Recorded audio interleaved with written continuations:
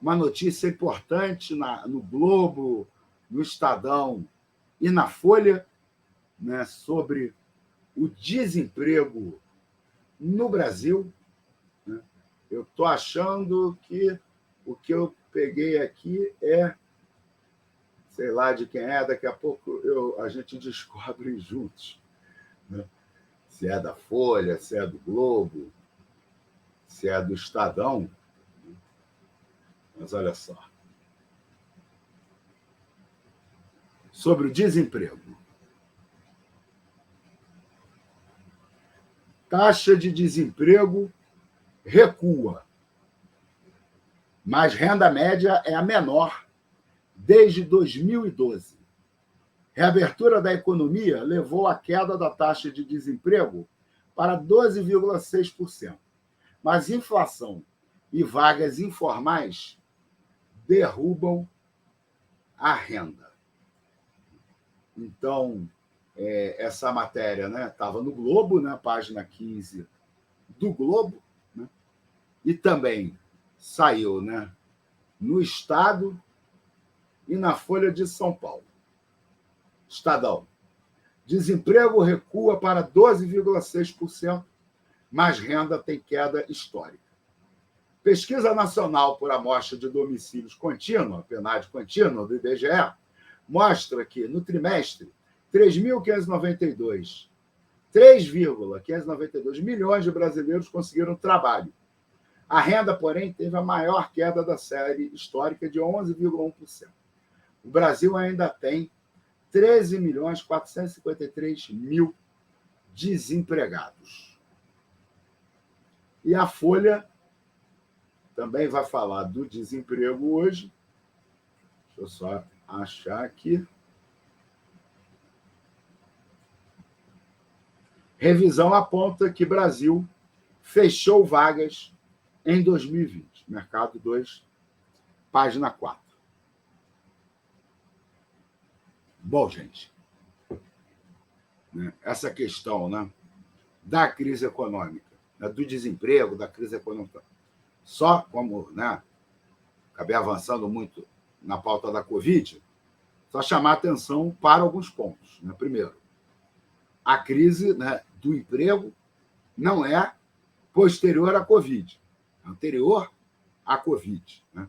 Está relacionada a várias questões, tanto da crise econômica a partir de 2008, mas também das mudanças no mundo do trabalho, onde avançou muito a precarização das relações trabalhistas e tal.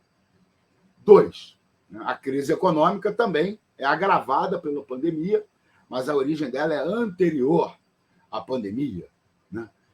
Aqui no Brasil, eu tenho a impressão que as pessoas costumam ligar muito a situação econômica só à situação nacional, sem olhar muito para a situação internacional. E essa questão das crises cíclicas do capitalismo são questões globais, internacionais. Então, a gente tem uma crise econômica internacional a partir de 2008, que vem a nos atingir a partir de 2011, especialmente a partir de 2014. Não havia um cenário de recuperação dessa crise, alguma amenização, mas não uma recuperação. O Brasil cresceu, se eu não me engano, 1,1% o PIB em 2019, antes da pandemia, e tudo isso vem sendo agravado pela pandemia, e o cenário ambiental vem colocando elementos de que a tendência, no médio prazo, pelo menos, é a economia internacional entrar em frangalhos. A gente tem aí já a crise ambiental atingindo os preços dos alimentos, a capacidade de produção de alimentos de vários países, regiões do mundo. A gente tem PIBs de países sendo afetados por efeitos das mudanças climáticas, como, por exemplo, os incêndios florestais em grandes proporções na Califórnia, na Península Ibérica, na Grécia, na Austrália, afetaram negativamente a economia. A gente tem ameaças dessa pandemia recrudescer, de novas pandemias surgirem. Aliás, até naquela série do Netflix, Pandemia, que é de 2019, já se previa, né, uma pandemia gravíssima e não se estava falando de pandemia de coronavírus, né? Mas que o medo deles é de uma pandemia de influenza ou outros vírus respiratórios, né? Então, a gente tem, né, um cenário de que, para frente, né, a situação da economia internacional, né, na qual o Brasil se insere, né, subordinadamente como exportador de commodities, não vai dar sinais de recuperação.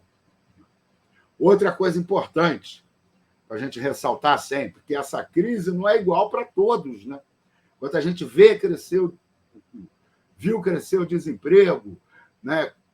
Quando a gente vê cair a renda dos trabalhadores e das trabalhadoras lá na outra ponta, né? Os bancos lucrando mais do que nunca, o número de bilionários no Brasil e no mundo crescendo, a desigualdade social se expandindo.